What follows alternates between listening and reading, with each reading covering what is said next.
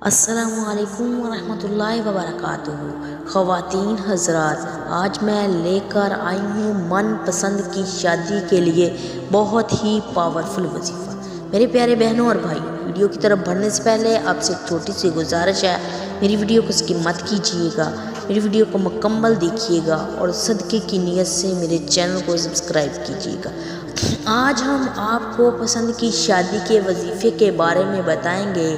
آپ کو پریشان ہونے کی ضرورت نہیں، ہم آپ کی پسند کی شادی کا مسئلہ اللہ کے حکم سے اور قرآنی آیت سے حل کروائیں گے۔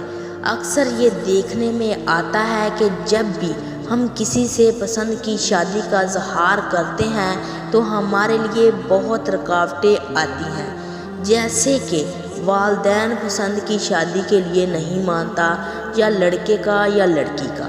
اس کے حوالے سے میں آپ کو بہت ہی زبردست اور پاورفل وظیفہ دے رہی ہوں۔ ان تمام پریشانیوں اور مشکلوں میں آپ کی رہنمائی ہوگی۔ جو کوئی شادی کسی مخصوص جگہ کرنا چاہتا ہو اور وہاں کوئی مشکل پیش آ رہی ہو تو اس وظیفے کو کریں۔ یہ وظیفہ کسی کی شادی میں بندش رکاوٹ ہو وہ بھی کر سکتا ہے، اور کسی کی شادی ہو نہیں رہی وہ بھی کر سکتا ہے۔ آپ نے بعد نماز عشاء باوضو پاک صاف جگہ پر بیٹھ کر تنہائی میں بیٹھ کر اس وظیفے کو پڑھنا ہے۔ اس وظیفے کو آپ نے 3313 مرتبہ بلا ناغہ پابندی کے ساتھ 41 یوم تک پڑھنا ہے۔ اول آخر 11 مرتبہ درود ابراہیم پڑھنا ہے، اور اس کے بعد آپ نے سورہ یاسین کی آیت نمبر 35 پڑھنی ہے۔ سبحان الذی خلق الازواج کلھا مما تنبت الارض ومن انفسہم ومما لا یعلمون۔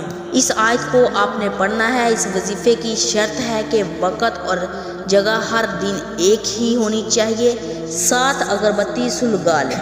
دوران عمل بدبودار اشیاء مثلاً کچا پیاز اور لہسن وغیرہ سے پرہیز کریں۔ انشاءاللہ 41 یوم کے اندر نتیجہ مرضی کے مطابق نکلے گا۔ میرے پیارے بہنوں اور بھائیوں، آپ اس عمل کو پابندی کے ساتھ کریں گے تو انشاءاللہ آپ کی ہر پریشانی دور ہو جائے گی۔ جو میرے بھائی نے کمنٹ کیا ہے اس کے لیے یہ میں وظیفہ لے کر حاضر ہوئی ہوں، وہ اس عمل کو پابندی کے ساتھ کرے گا، انشاءاللہ اس کی ہر پریشانی ختم ہو جائے گی۔ جزاک اللہ خیر۔